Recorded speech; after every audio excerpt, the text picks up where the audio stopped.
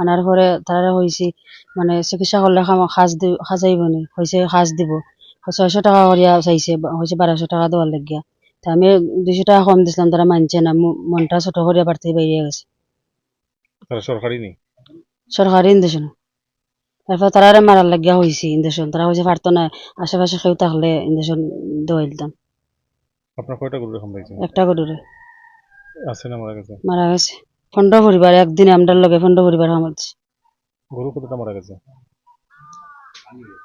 মরছে তো বহুত মানুষের আমরা একটা ফোন করছে তাই আমরা গেছি যাইয়া ভ্যাকসিন ট্যাকসিন দিছি কইতেছে বাকি ভ্যাকসিন তারা করতে পারে হসপিটাল থেকে আনবো হ্যাঁ তো কয়েকবারই মিলাইয়া আমরা 500 টাকা দিচ্ছি বুঝছেন আপনি কি সরকারি স্টাফ নেই কোন দপ্তরে ভেটেরিনারি গ্রুপ ডি আপনার টাকা গেলে কিনে কয়বারই মিলিয়ে দিছে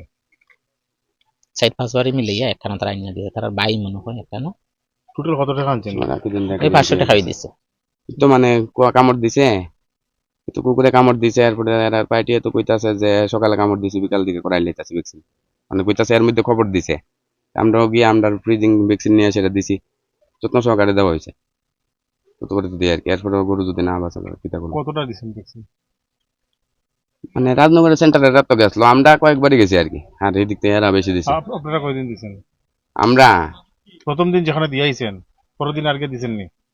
না পার্টি এরা তো নিজের হাতে রেখে দেয় কয় দিয়া জানকে আমরা দিব তারা তো দেখলে এই জিনিসটি দেখার পরে তারা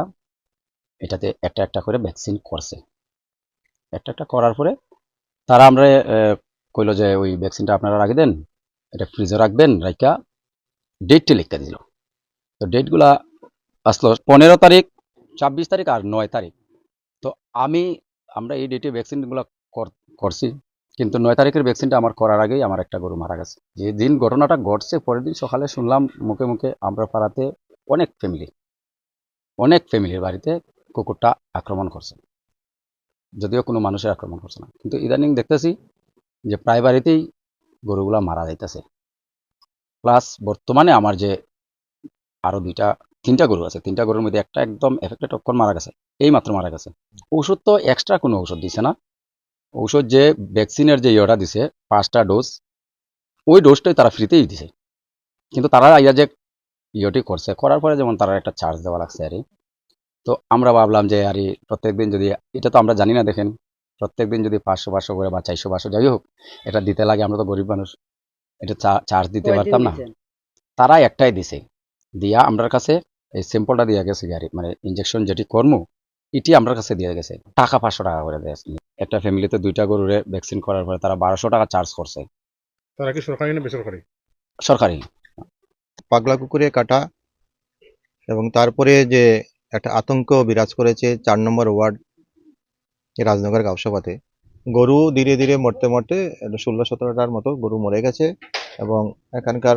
অনেকেই যে সমস্ত গরিব কৃষকরা রয়েছে গরু পালন করে তারা ভয়ে যাতে গরুগুলি বাকি যেগুলি গরু রয়েছে সুস্থ রয়েছে এগুলি যাতে না মরে সেই জন্য কি করেছে ওরা গরু বিক্রি করতে শুরু করে দিয়েছে ভ্যাকসিনেশন আমাদের গরুগুলিকে